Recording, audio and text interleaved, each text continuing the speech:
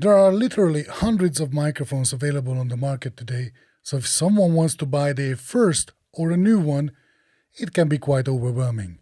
There are dynamic mics, condenser mics, ribbon mics, shotgun mics, large diaphragm mics, small diaphragm mics, camera microphones with a 3.5mm plug, XLR microphones, USB and XLR microphones, and whatever conglomerate of type of mics you select, you are still looking at tens, if not hundreds of microphones.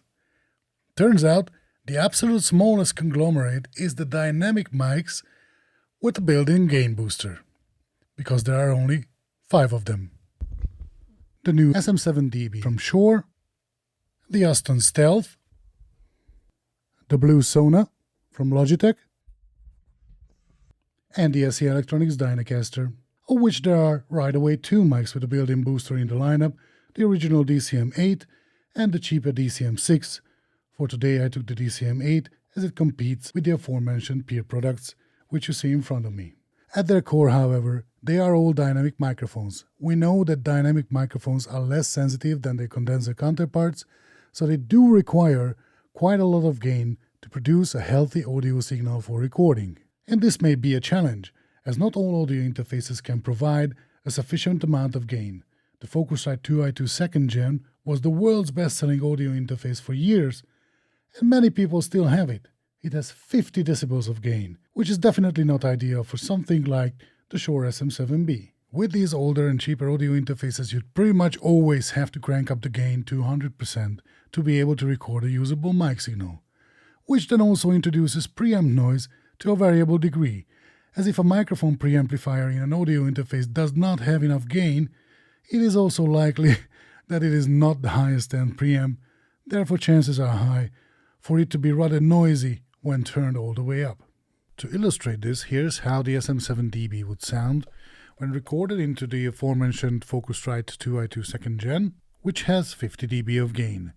I'm using the SM7dB in passive mode, as you can see from the switches here in the back, so without using the internal built-in preamps. As you can see, I have my gain turned all the way up on the Focusrite 2i2, and let me be quiet for a moment so that you can hear how the preamp noise or the noise floor with this preamp would sound like. Now I'll be switching on the 18 dB boost first, and I will engage phantom power on the interface, and I will crank up the gain again until I see the nice halo ring turning green around the gain dial. And there you go, around 2:30 or 3 o'clock I'm getting a nice signal and a green halo ring. So let's listen to the noise floor with these settings. Third, I'm going to drop the gain again, switch over to the 28 dB boost, and see where I'm getting the green halo ring back again around the gain dial. Even the old Focusrite 2i2 2nd Gen, with its 50 dB of gain range, can comfortably drive the Shure SM7dB. Gain set around 12 o'clock, 28 dB booster engaged, as well as phantom power, and here's how it sounds when I'm quiet a little bit, so that you can check the noise floor. And again, let's listen to the noise floor again, one after another, boosted in post so that you can spot the difference between the different settings.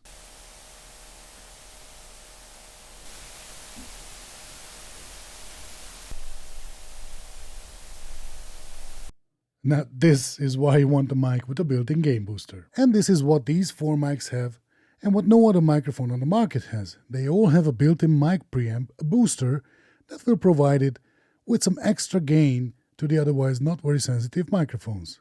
All you need is to activate 48 volts of phantom power to your audio interface and potentially flick a switch on the microphone, and there you go, they'll boost the mic signal internally by anything between 18 to 50 decibel of extra clean gain, and you can drop the gain on your interface and still have a nice recording with hopefully much less noise than you would have had with the gain turned all the way up.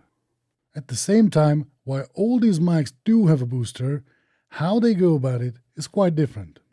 The Shure SM7dB, for instance, has 2 boost levels right away, plus 18 decibels or plus 28 decibels, depending on how much extra gain you need. Or 0 for that matter, as you can opt for not using the extra gain boost at all, in which case it works just like the normal dynamic microphone. It becomes a standard SM7B, and you do not need to supply it with 48 volts of phantom power. The SE Dynacaster, this is the DCM8 model with SE's own Dynamite gain booster built in. So the Dynacaster can also function as a normal dynamic mic with no phantom power added. But if you decide to switch on the Dynamite circuit and add 48 volts of phantom power, you will suddenly have an extra 30 dB of clean gain. So you can drop the gain on your interface to below 30 dB. It gets louder than a condenser mic. By the way, SE also has the DCM6 in their Dynacaster lineup, which has the Dynamite circuit built in. I will not have the DCM6 in this video, however, so if you are curious how it is different to the original Dynacaster than the one I'm talking into, check out my video comparing the whole Dynacaster line of microphones. Also, the Aston Stealth can work as a passive dynamic mic, but as soon as you add phantom power to it, you will get no less than 50 decibels of extra gain and a purple LED light indicating that your gain is now boosted. It is really loud. You don't even have to switch anything on. It automatically detects the presence of phantom power and it activates the booster right away. Not sure it's the most bulletproof way of doing it, but it does so nonetheless. The last one, the Blue Sona, is the only mic that does not work as a dynamic mic, so you need to supply it with phantom power. In exchange, this is the only one that accepts not only the standard 48 volts but also 24 volts of phantom power, so really you can use it with any cheap interface or mixer. Since it only works with phantom power, it means that it also boosted by default, and that's the only way it works. Without phantom power, you will not get a signal from it, just like a condenser mic. As soon as you add it though, you will get a very healthy signal that is boosted by plus 25 dB. Since we are at the Blue Sona, let's quickly check out what else it offers. The most unique feature is the dual diaphragm design, which places a second mic capsule in the opposite direction as the main one that you are speaking into, which meant to capture, invert, and thereby eliminate background noises in a genuine way. I personally did not experience much of a difference to the others, but I do like the fact nonetheless that they are experimenting with new inventions rather than just putting a different outfit to the same thing all over again. Just like the original SM7B, it has a low-cut filter as well as the presence boost. So far you've been hearing it without any filter or switch engaged. Let me change that. This is how it sounds with the low-cut filter engaged. It audibly cuts out the low frequencies of my voice. And here it is again with the low-cut switched off. And again with the low-cut engaged. And now I have also added the presence boost to the low-cut filter, and this is the absolute brightest and most probably absolute horrible sound you can get out of this microphone, with both the lows cut and the mids boosted, and this is how it sounds if I switch both settings back to neutral. Now I have left the low-cut filter off and only switched on the presence boost, and here's how it sounds. And here it is again without the presence boost. And again with the presence boost engaged. It varies from voice to voice how favorable it is.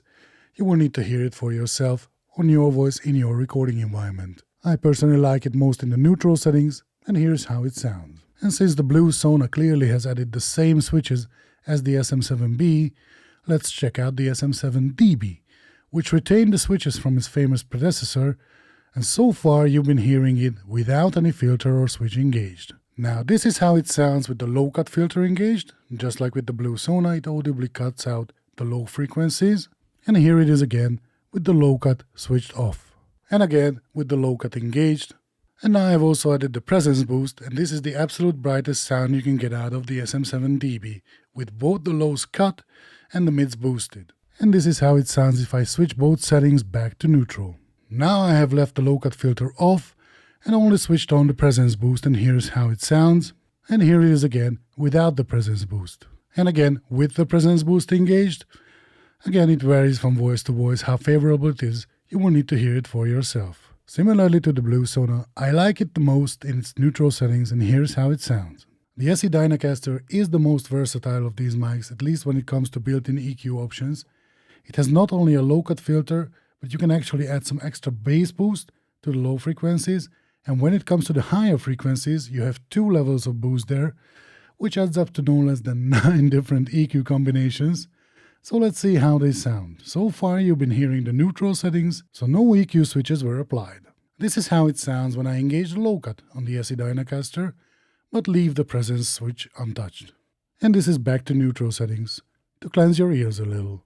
This is how it sounds when I engage the bass boost on the SE Dynacaster, but leave the presence boost on flat. And this is the setting where it sounds remarkably similar to the SM7dB, by the way. So let's just pull it in again. Here's how the SM7dB sounds in its neutral settings, and here's the SE Dynacaster again with the bass boosted and the presence switch left on its flat settings. And this is back to neutral settings again on the SE Dynacaster to neutralize our hearing. This is how the Dynacaster sounds with the bass left on neutral, but with the first level of presence boost. And for my voice, this is actually my favorite settings on it. And this is again back to neutral settings just to know where we come from. This is how the Dynacaster sounds with the bass left on neutral, but with the second level of presence boost. I feel this would sound even better with the bass boosted to offset a little bit this aggressive elevation in the treble frequencies. And this is again back to neutral settings, remembering our roots before flipping another switch. Now we are mixing things up, as this is with the low cut and with the first presence boost engaged. And this is when I do not have any EQ adjustments switched on, having come back to the neutral settings. This is with the low cut as well as the second presence boost engaged, and this is as bright as the SE Electronics Dynacaster can get. And because I struggled to find a use case for this particular combination, here it is, back to neutral, no bass boost, no presence boost. And now onto the more popular settings. This is the Dynacaster with the bass boost and the first presence boost engaged. This is how it comes shipped.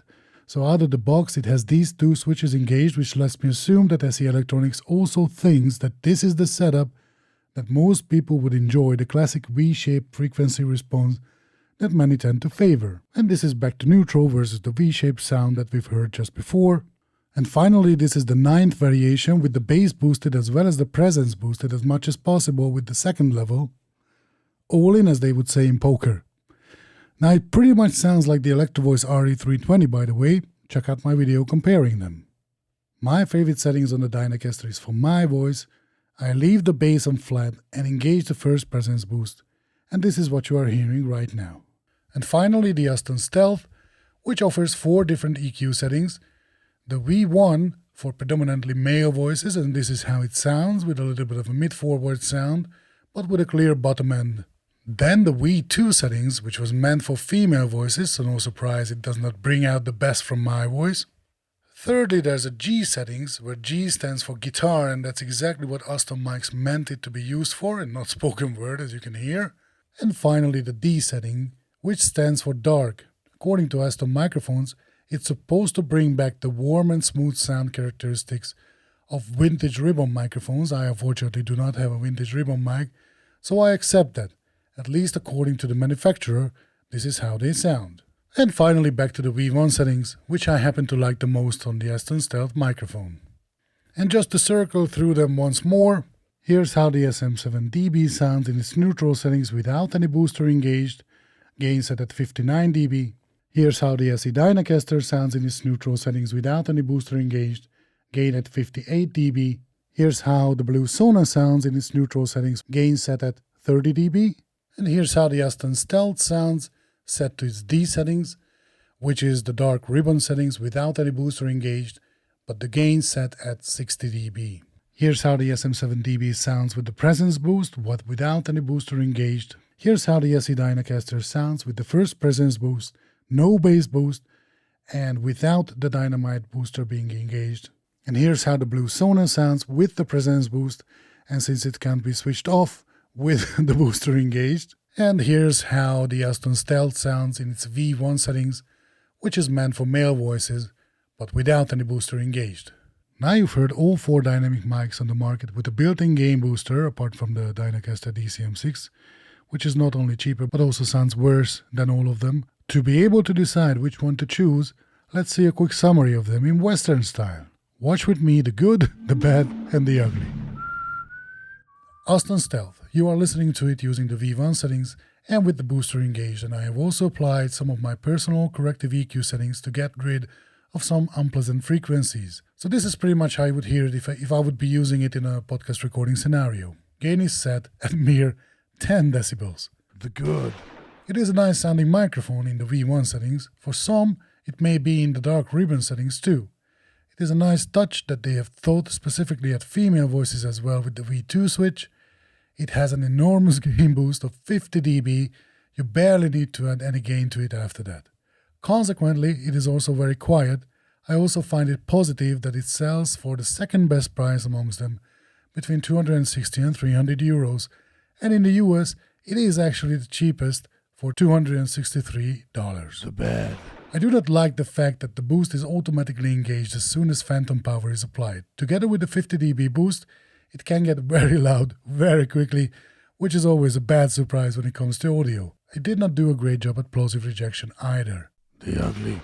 It is a huge and heavy microphone. The Art Deco style has some nice touches to it, but even if it is pretty much the same size as the SM7, it looks heftier, and the mounting, while unique, does not help on it either. There's always some wiggle to it, which, even if it does not matter too much, I did not like. Blue Sona. You are listening to it using the neutral settings, and as there's no option for not using the booster, it is boosted by 25 dB. Gain at 30 dB, my personal EQ is applied, so this is pretty much how I would use it in a podcast recording scenario. The good. It looks nice, unique, but also practical.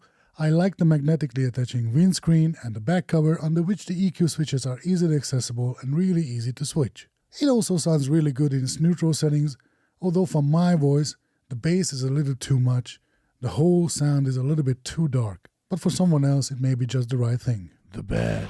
It does not work in a passive mode. It always needs phantom power, but at least it accepts also 24 volts, so it's probably compatible with every single audio interface or mixer on the market.